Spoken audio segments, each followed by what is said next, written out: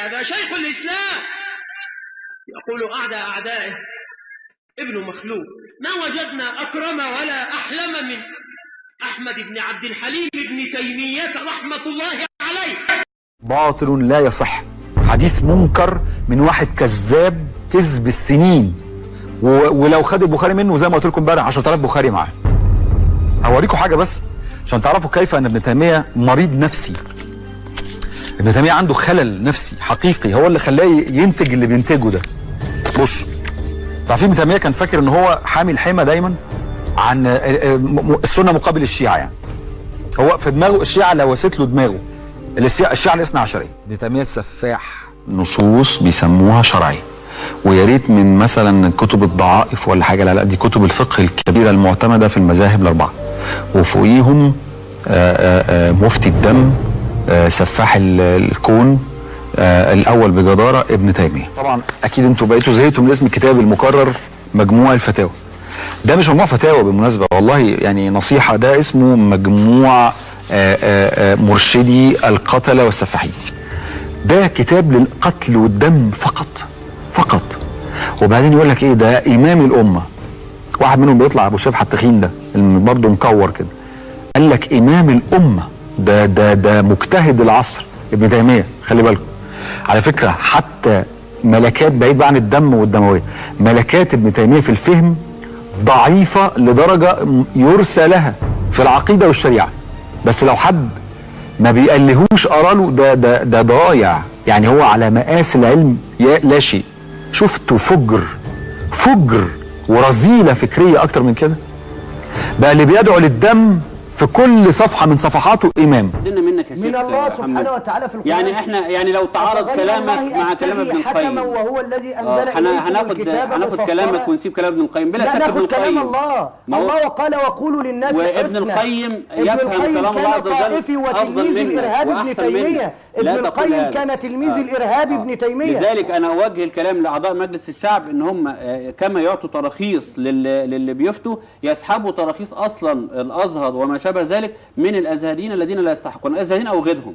يعني الانسان الذي يعني تبقى يعني عشان الشيخ محمد ازهري يعني فيسحب، لا ده يسحبوا من الشيخ محمد بالذات. انا قلت قبل كده يسحبوا منه الزي، لان زي الازهر لازم يلبسوا ناس يلتزمون فيه باحكام الشريعه وبتوقيت الازهر. هو نفسه لا يحترم الازهر، وهو ذكر كده كثيرا. انا لا اتعجب ازاي الشيخ محمد نصر يصر على لبس الازهر وهو يهاجم الازهر. معايا تليفون بس بقاله فتره. لا معلش انا اكمل حضرتك الفرصه. لا اكمل معلومه. طب اتفضل يا دكتور احمد. معلش وانا بعتذر للمختصر. لا اتفضل حضرتك. ده كلام ابن تيميه كاهن المتسلفه. فالنهارده لما يجي ابن تيميه يشتم الامام علي ويشتم الحسن ويشتم الحسين ويشتم عمر، السلفيه قال له ادبهم على عمر وعلى علي وعلى الحسن والحسين عليهم رضوان الله، وقال له ادبهم كذلك على والدي النبي. عفوا ان كل شيء موجود، اللي بيحصل في الواقع موجود دلوقتي على اليوتيوب بنسبة أكتر من 90%. ماشي يا حبيبي، تمام. وبيبقى حقيقة. تمام. إن النهارده يخرج السلفيين إن هم يغلطوا في الصحابة، ده إذا خرج ربما اسمعني بس في النهاية، وحضرتك هسيب لك الميكروفون اللي بقيت الحلقة. حاضر. بنسبة 1% وهتلاقي واحد فكر منحرف شاذ. تمام.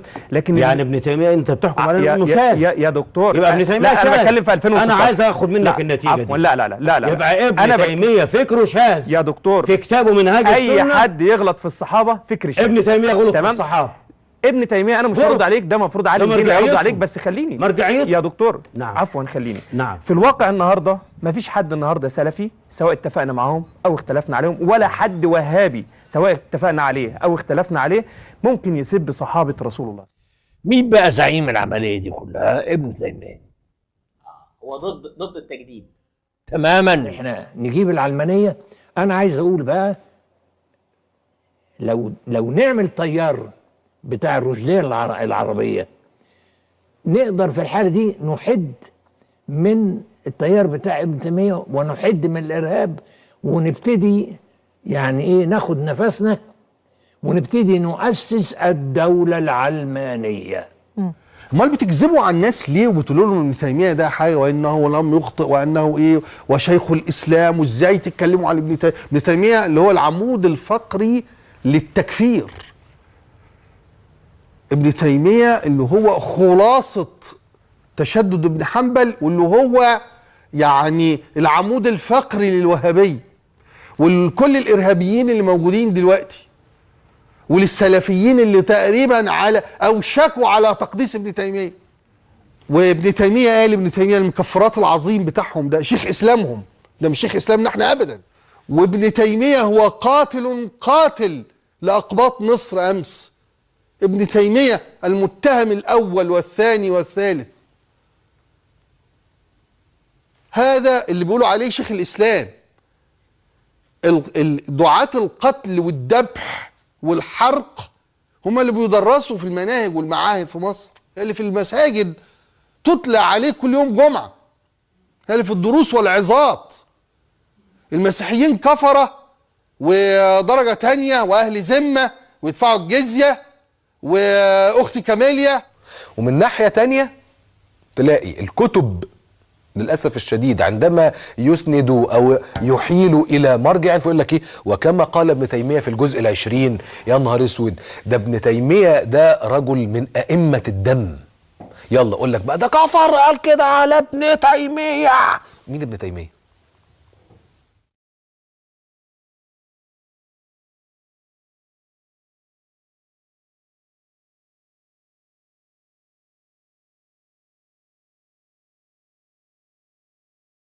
المستشرقون من أعداء هذا الدين من اليهود وغيرهم كانوا أشرف من هؤلاء الذين ينتسبون إلى الإسلام اليوم ويهاجمون تراث الإسلام العظيم، لأن المستشرقين اجتهدوا في أن يحيطوا فهما بالنصوص التي يتعرضون لها، ونشروا كثيرا من الكتب القديمة، وهذا معلوم، فإنهم كانوا قد سرقوا المخطوطات، إما هم وإما أسلافهم، فسرقوا علومنا القديمة من خزانات الكتب في المساجد في نظير دريهمات معدودة.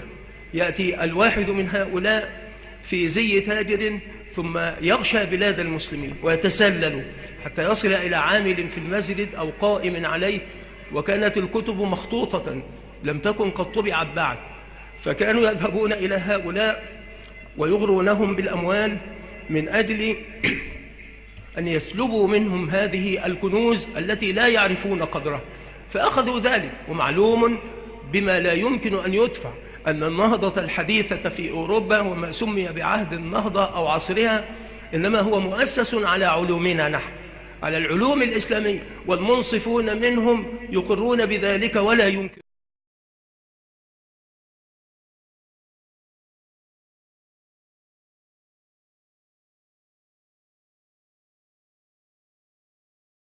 Welcome to the University of Nottingham and the Department of Theology and Religious Studies, and you're watching another video in the series Why Study?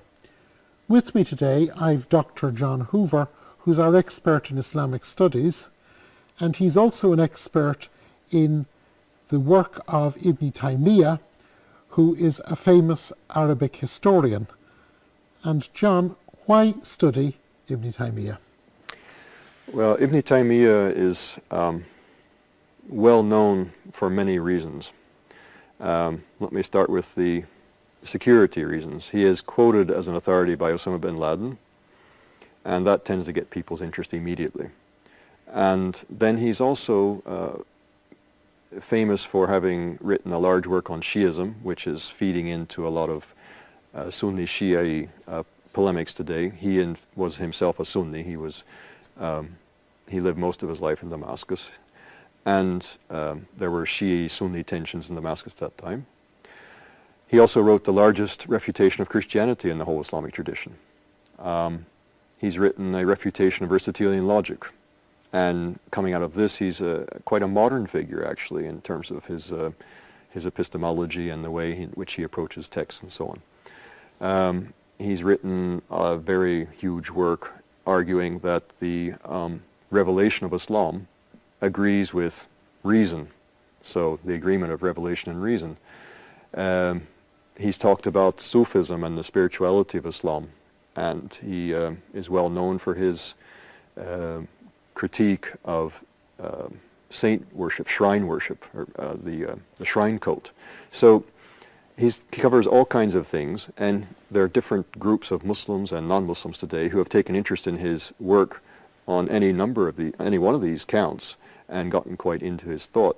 But he has something to say about a lot of different things. He stands about midway between the beginning of Islam and the present day. He lived in the late 1200s, early 1300s. He died in 1328. So standing at that juncture, halfway between the beginning and the present of the Islamic tradition, and then having captured the interest of so many people today, that makes him a very fascinating figure to study. So, in other words, here is someone who in Islam is as significant in the range of his work as Augustine or Aquinas is in the Christian tradition. Or even more so. I like to say sometimes, if you walk the streets of Cairo, you can find Ibn Taymiyyah's works, or especially the works of his disciple Ibn Qayyim al-Jawziyya, who writes a bit more poetically and more beautifully. You find them in almost any Islamic bookshop, where you're not going to find Augustine and Aquinas in any bookshop in the UK. Yes, unfortunately. So there's a sense in which Ibn Taymiyyah and Ibn Qayyim al-Jawziyya, his student, are more present in centers like Cairo and. So studying him is not just studying the historical thought in the way that we might study the historical thought of some great thinker in the past. It's actually studying a living force in Islamic understanding today. Yes, studying Ibn Taymiyyah is indeed studying a living force in the Islamic tradition, the present day Islam. To what extent is Ibn Taymiyyah today? We spoke earlier about him being a living force. What would you say is the most salient of his thoughts that is active today? He really believed firmly that the religion of Islam was rational and agreed with reason, and he worked hard to show that. So he's an apologist, and I think that connects very closely with what many modern Muslims, not all modern Muslims, but many modern Muslims are seeking, is a rationalization and an attempt to explain the Quran and the tradition of the Prophet Muhammad in a way which makes sense. He's trying to make that make sense. It's reasonable. Okay.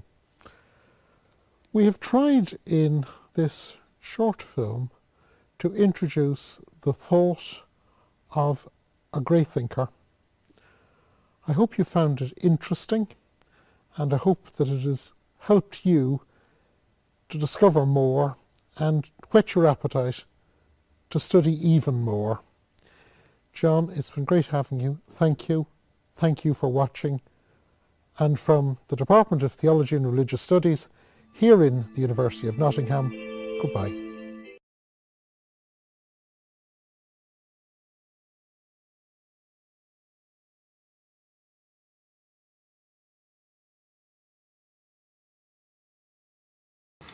Ibn Taymiyyah he dies in Damascus, in jail in 1328. And he has been misused during the 20th century by some of the most extremist Islamists. He is quoted, for example, in the 9/11 Commission official report as being the ancestor, the spiritual ancestor of Osama bin Laden. So to work about him is also to go a little bit into a minefield.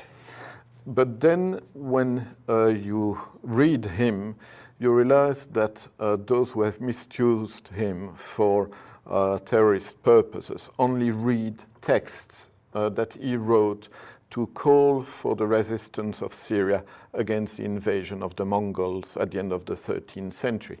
But they start using those texts that were texts of national resistance against an invader.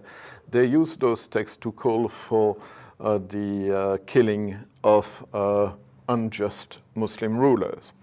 And so if you go to other texts written by Ibn Taymiyyah, you realize that he was the most loyal subject of the Mamluk sultans under whose authority he was living, and who were not better than the Mongols.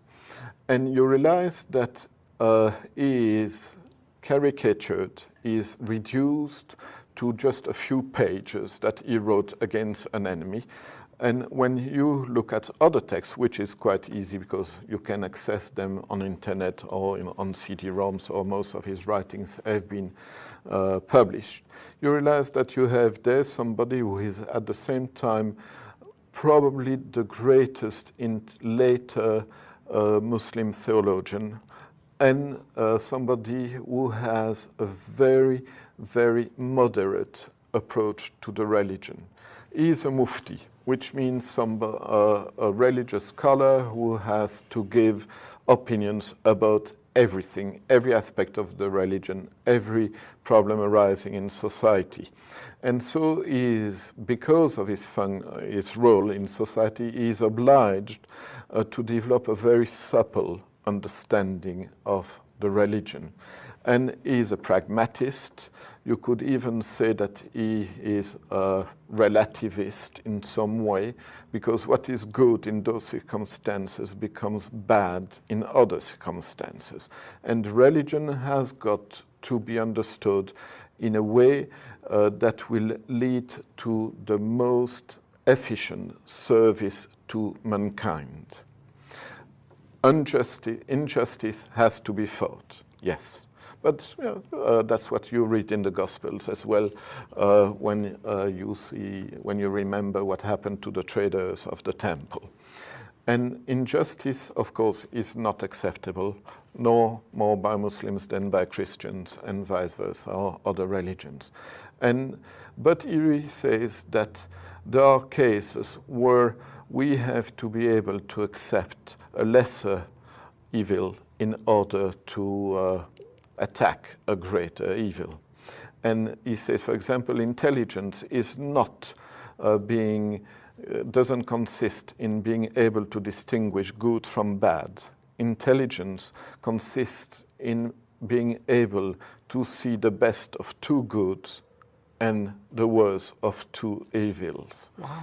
And so we have somebody who is far more moderate, far more intelligent, far more acquaintance with the everyday life of the society in which he lives, what people say about him usually. Well, then I want to thank you again on behalf of all the people that have benefited from your resurrection of the writing strength of Ibn Taymiyyah, so that he would be better understood in his greatness and not be disparaged for some occasional writing. Somebody like Ibn Taymiyyah should be rediscovered, because if he is misused by people we cannot agree with, how do we deal with this problem? You can, if we want to use a metaphor, you can say that terrorism is a cancer. I don't consider that the antidote to cancer is diabetes. And some forms of Islamic hyper-spirituality that we see developing around are for me some kind of spiritual diabetes. It is not to get reformed, as some people say, oh, Muslims should go through some kind of reformation. No, it is to rediscover in its rich spectrum of potentialities, intellectual, spiritual potentialities, the great tradition of Islam. Thank you, Doctor, and I want you to know that the Catholic Church is so grateful for the dialogue that we have been able to maintain with Islam, especially through people like the Islamic Cultural Center at Fresno. And thank you for coming here from Connecticut to share with us your insights, your study, and your commitment to scholarship. Professeur Yahya Michaud, salam alaikum. Alaikum salam. Alors on vous reçoit pour la première fois dans les studios d'Oumma, donc vous êtes bien entendu le bienvenu. C'est un plaisir et je vais vous laisser vous présenter, tout simplement. Bon, pour faire bref, je suis professeur Yahya Michaud, depuis 6 ans professeur de pensée islamique et de relations islamo-chrétiennes au Hartford Seminary, dans l'État de Connecticut aux États-Unis, et aussi le co-éditeur du journal académique The Muslim World. Avant de passer aux États-Unis en 2008, j'étais pendant 10 ans professeur à l'université d'Oxford au Royaume-Uni. Et avant 1998, j'étais professeur à l'université de Louvain en Belgique. Je suis d'origine belge, musulman depuis les années 75. Walhamdulillah ala hada. Très bien.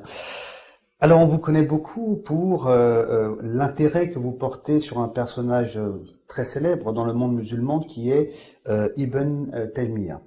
Et vous avez beaucoup de travaux donc sur ce personnage-là.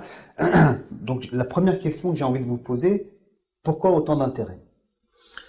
C'est venu presque par hasard. J'ai fait ma thèse de doctorat sur Avicenne, Ibn Sina, le philosophe, qui reste aussi un des penseurs sur lesquels je travaille.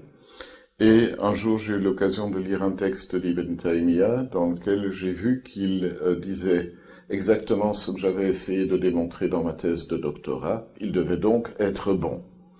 Depuis lors, j'ai découvert que ce en quoi je crois en tant que musulman, il explique beaucoup mieux que je ne saurais jamais le faire. Et c'était en quelle année? Ça a été dans les années 84, 85, quelque chose comme ça. D'accord. Et donc, si vous pouvez dire en même temps un petit mot sur vos travaux depuis? Mais depuis, j'ai continué à travailler sur Avicenne, j'ai publié différentes choses le concernant, j'ai eu la chance de trouver un texte de lui qui était perdu depuis le XIIe siècle, donc inutilisé, la Risala al-Wazira bi Sa'd al-Hamadani, mais plus concrètement, je crois, j'ai aussi beaucoup plus travaillé sur Ibn Taymiyyah parce que il y a directement un intérêt pour les musulmans d'aujourd'hui à fréquenter sa pensée, d'autant plus que très souvent il est mal compris. J'ai vu aussi que vous aviez commencé une traduction des fatawas de Cheikh Ibn Taymiyyah. Ça fait à peu près 20 ans maintenant parce que j'ai besoin de ma dose d'arabe hebdomadaire, sinon je ne me sens pas bien, je traduis, je retraduis, je commente et j'introduis des textes choisis d'Ibn Taymiyyah qui ont été publiés d'abord dans la revue Le Musulman de l'Association des étudiants musulmans de France, à l'époque où elle était active, comme série de textes spirituels. Puis, à la demande de frères de l'île Maurice, il y a eu une série de pages spirituelles d'Ibn Taymiyyah. Depuis que je suis aux États-Unis, j'ai commencé une nouvelle série de textes spirituels d'Ibn Taymiyyah que je mets directement sur Internet sans passer par le papier. Très bien. Alors, on va maintenant parler donc du personnage central, Ibn Taymiyyah. Alors, pour commencer, si vous pouvez nous parler de ses origines, de sa jeunesse et aussi de la grande famille Taymiyyah. Il est né en 1263 de l'ère courante à Harran, dans le sud-est de la Turquie aujourd'hui, et il est mort en 1328, 728 de l'Hégire, à Damas, en détention dans la citadelle de Damas, après avoir vécu principalement en Syrie et de temps en temps en Égypte, où il a aussi été détenu. Il appartenait à une famille de savants hanbalites, mais alors qu'il était encore enfant, vers l'âge de 6 ans, sa famille a dû déménager de Harran vers Damas comme réfugié, menacé par les invasions mongoles qui s'étendaient vers l'est de l'Anatolie. D'accord, très bien. Vous avez dit qu'il était emprisonné, pour quelles raisons? Toute une série de raisons, principalement parce qu'il était considéré comme parlant trop explicitement et trop savamment pour très souvent les savants qui lui étaient contemporains, et de la vie de ses élèves, c'était très souvent simplement des questions de jalousie. Aussi, le contexte politique des rivalités entre les émirs mamelouks qui contrôlaient le sultanat égypto-syrien. Quels sont les penseurs qui ont le plus influencé Ibn Taymiyyah à son époque, parce que semble-t-il ça reste un personnage bien sûr... Oui, je crois qu'on n'a pas suffisamment de temps pour en dresser la liste, alors on va aller à l'essentiel. 1. Le prophète, la paix sur lui. Ibn Taymiyyah réussit toujours à se débarrasser de ses adversaires lors de débats théologiques, parce qu'il est toujours capable de venir avec un hadith, que ses interlocuteurs ont négligé. Donc il a une connaissance tout à fait exceptionnelle des différentes collections de hadiths. Il a commenté non seulement Avicenne, mais d'autres textes, Averroès a été commenté par lui. Il connaît très bien l'histoire de la pensée musulmane dans ses différentes disciplines, qu'il s'agisse de kalam, théologie, de philosophie ou de spiritualité. Et le commentaire qu'il a donné de l'épître la plus voltairienne d'Avicenne, la Risala al-Hawiya fi Amr al-Ma'ad, est un commentaire tout à fait étonnant. Il faut se rendre compte que son ouvrage d'art Ta'arud al-Aql wa al-Naql, qui comporte, si je me souviens bien, 13 volumes dans l'édition actuelle, la plus sérieuse, est la meilleure porte d'entrée dont on dispose aujourd'hui pour explorer la falsafa et le kalam mutafalsif, donc la philosophie et la théologie philosophante du XIIIe siècle. Très bien, merci.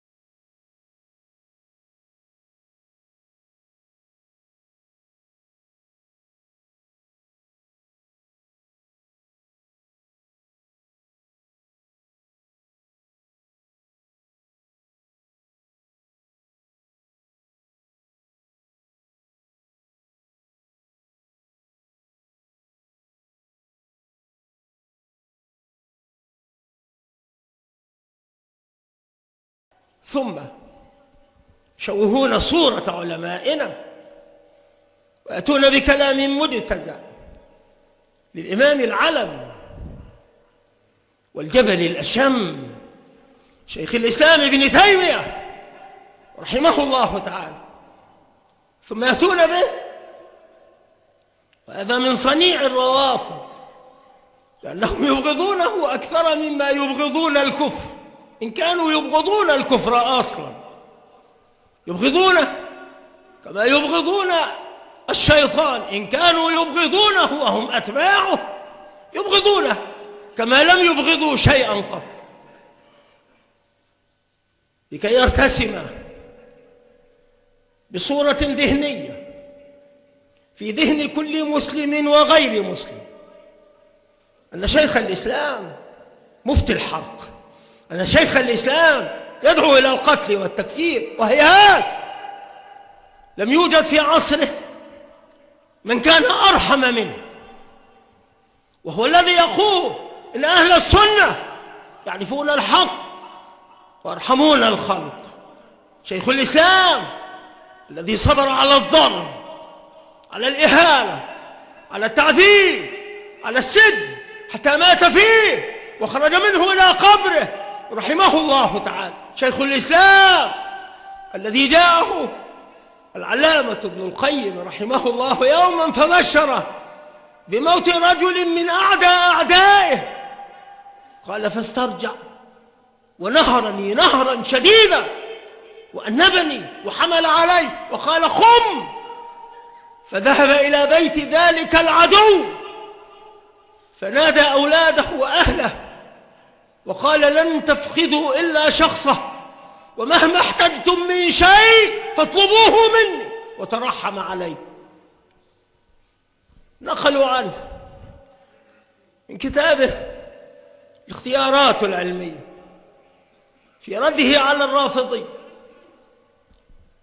قال يقع منها التأويل في الدم والمال والعرض، ثم ذكر قتل أسامة للرجل الذي أسلم بعد أن علاه بالسيف، وخبر المقداد فقال قد ثبت أنهم مسلمون، يعني القتلى يحرم قتلهم، ومع هذا فلم يضمن المقتول بقود ولا كفارة ولا دية، لأن القاتل كان متأولا، وهذا قول أكثرهم كالشافعي وأحمد وغيرهم.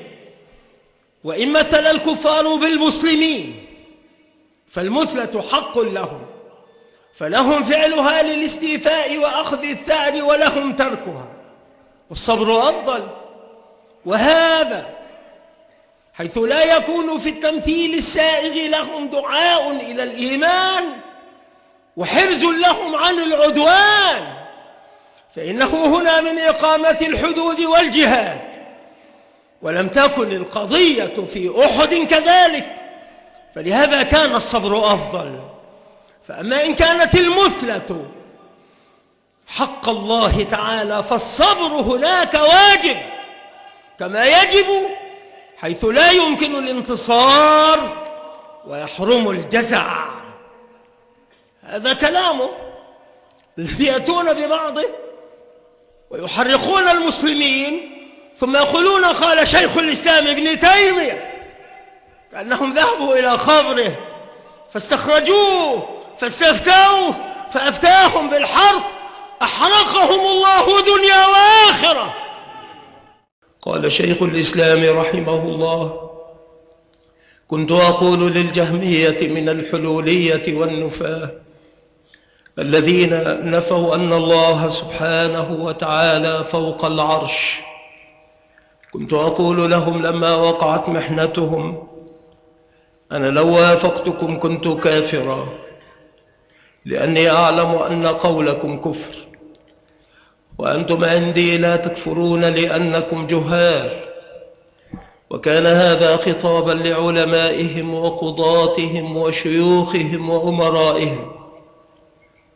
وقال شيخ الإسلام رحمه الله هذا مع أنني دائما ومن جالسني يعلم ذلك مني، أني من أعظم نهيا عن أن ينسب معين إلى تكفير وتفسيق ومعصية، إلا إذا علم أنه قد قامت عليه الحجة الرسالية التي من خالفها كان كافرا تارة وفاسقا أخرى وعاصيا أخرى. وإني أقرر أن الله قد غفر لهذه الأمة خطأها، وذلك يعم الخطأ في المسائل الخبرية القولية والمسائل العملية.